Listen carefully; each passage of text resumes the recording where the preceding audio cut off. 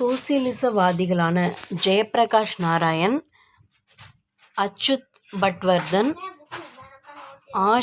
ஆஷப் அலி, யூசுப் மெஹ்ரலி, ராம் மனோகர் லோகியா போன்றோர் தலைமை தாங்கினர். அதாவது சோசியலிசவாதிகள் யார்னா ஜெயப்பிரகாஷ் நாராயண், அச்சுத் பட்வர்தன், ஆஷப் அலி, யூசுப் மெஹ்ரலி, ராம் மனோகர் லோகியா இவங்க எல்லாருமே தலைமை தாங்கினாங்க. காந்தியடிகள் 1943 பிப்ரவரி 10 சிறைச்சாலையில் துவக்கிய 21 நாட்கள் உண்ணாவிரதம் ஒரு திருப்பு முனையாக அமைந்தது.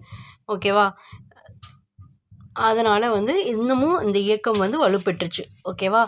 காந்தியடிகள் எப்போ சிறைச்சாலையில் உண்ணாவிரதம் இருந்தார் அப்படின்னா 1943 பிப்ரவரி 10 துவங்கி 21 நாட்கள் உண்ணாவிரதம் இருந்தார். சரியா? 1943 பிப்ரவரி 10.